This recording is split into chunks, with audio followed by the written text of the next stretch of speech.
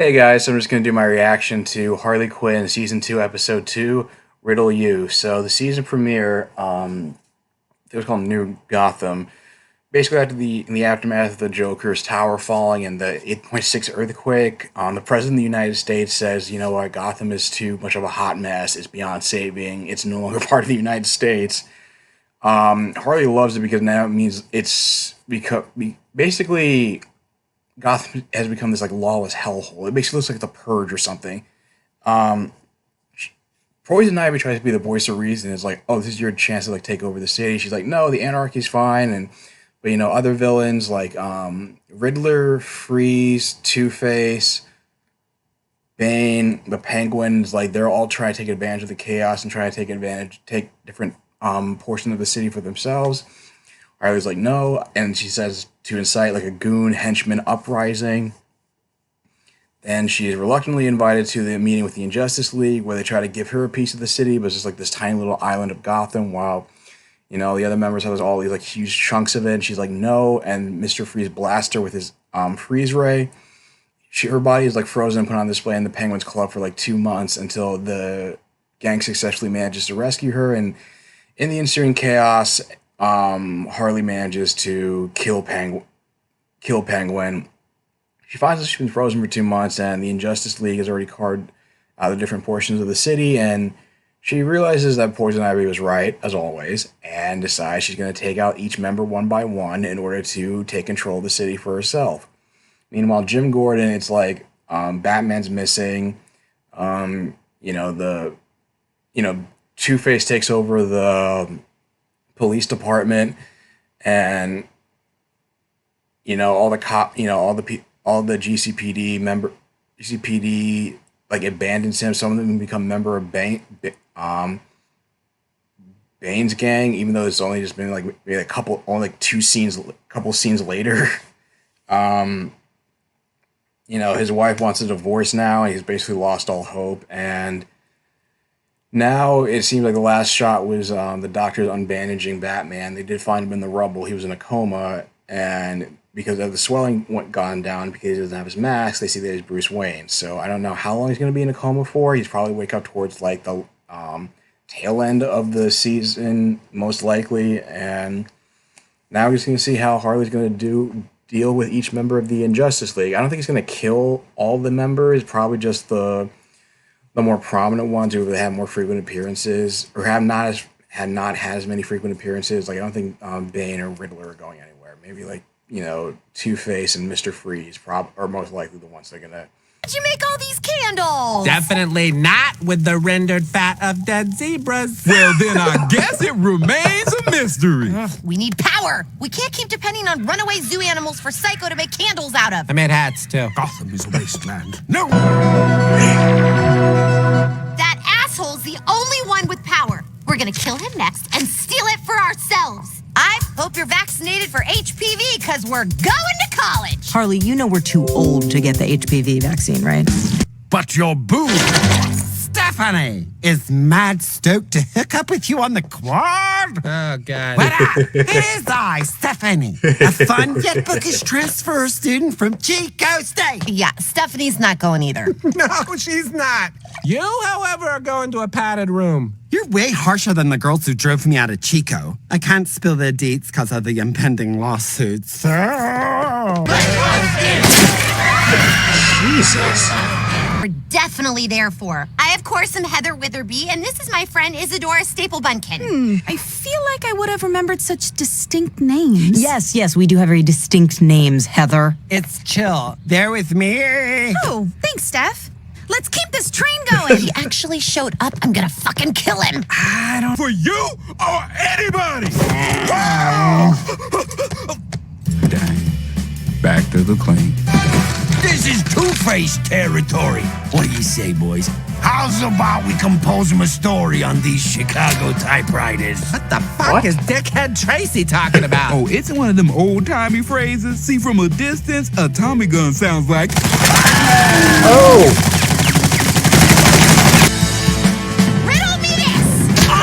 Oh! You're about to die, bitch! Wait, that's not him. Riddler? Who the hell are you? I'm Jiminy Riddles, the Riddle You mascot. Holy frick, it's Harley Quinn? Shit.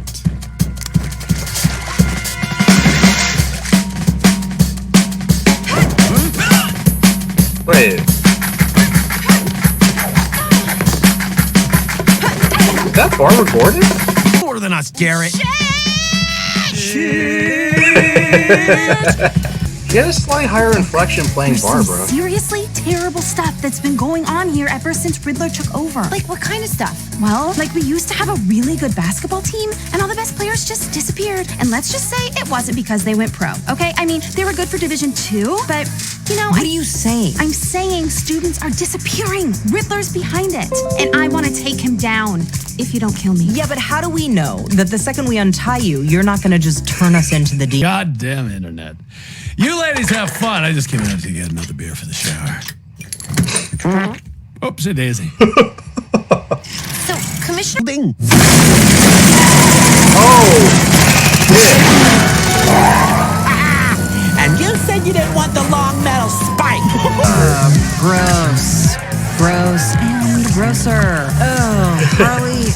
What? Real simple. He can speak. What if I run into Chad and he asked me where we stand? I mean, sure, he gave me the weekend, but it would be awkward not to talk about it.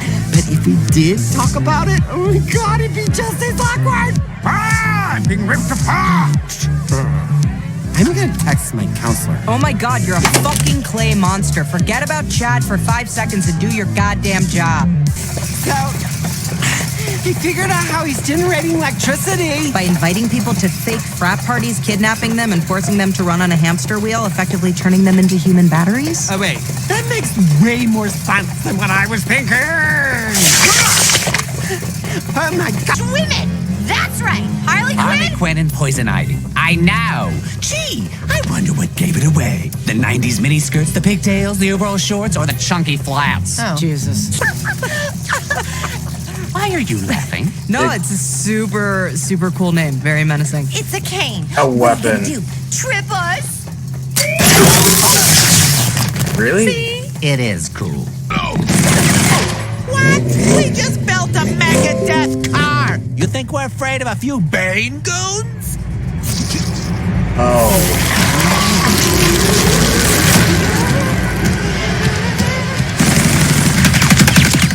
For real? I can't believe Chad set me up.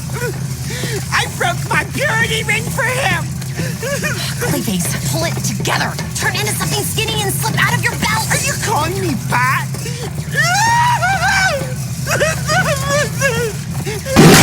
Oh my God. Did you kill Tanner? No, no, no. I said yeah, let she them did. go.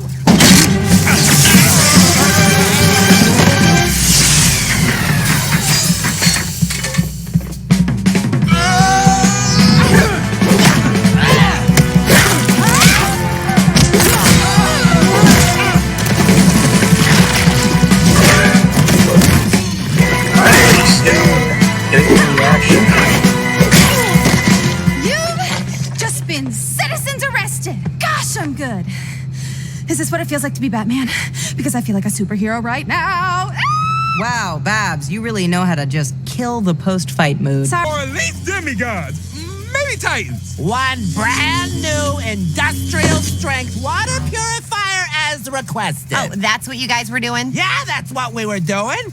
We went through hell to get you this. We took out half of Two-Face's army, and we had to get stomped into the Bane boys. Fucking Bane! We made a death call. Oh, well, you know, once we got the power running, the water started coming out clear, so... Oh, keep? Alright.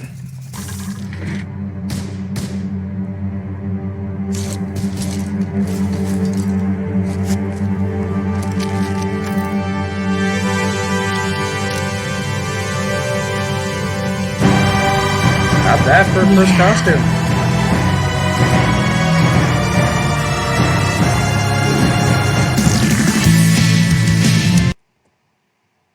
So yeah, as I was mentioning before, at first I didn't recognize Brianna Cuoco's voice at first because, you know, I mean, I follow her on social media, and she has like a slightly lower like affliction, like not affliction, like fuck, what is it called?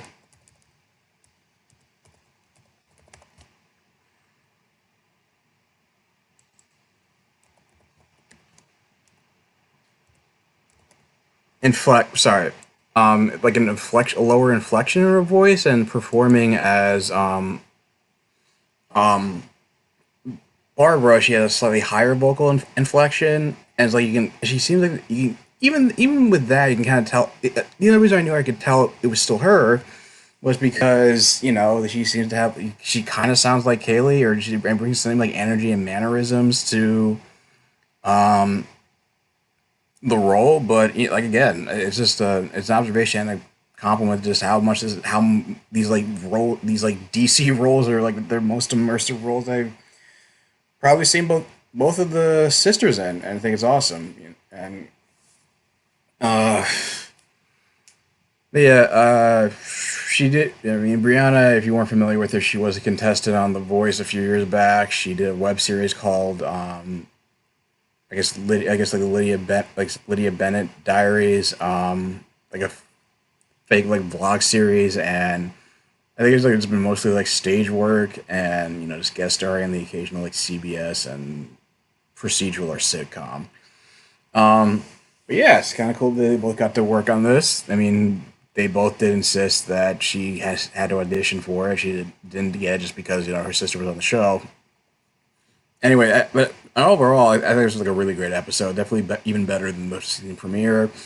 Clayface tends to be kind of like annoying with his whole like being so like hammy all the time, but the fact that it's like he got so into character and wouldn't break under under any circumstance was like hilarious and like the funniest I think he's been on the show. And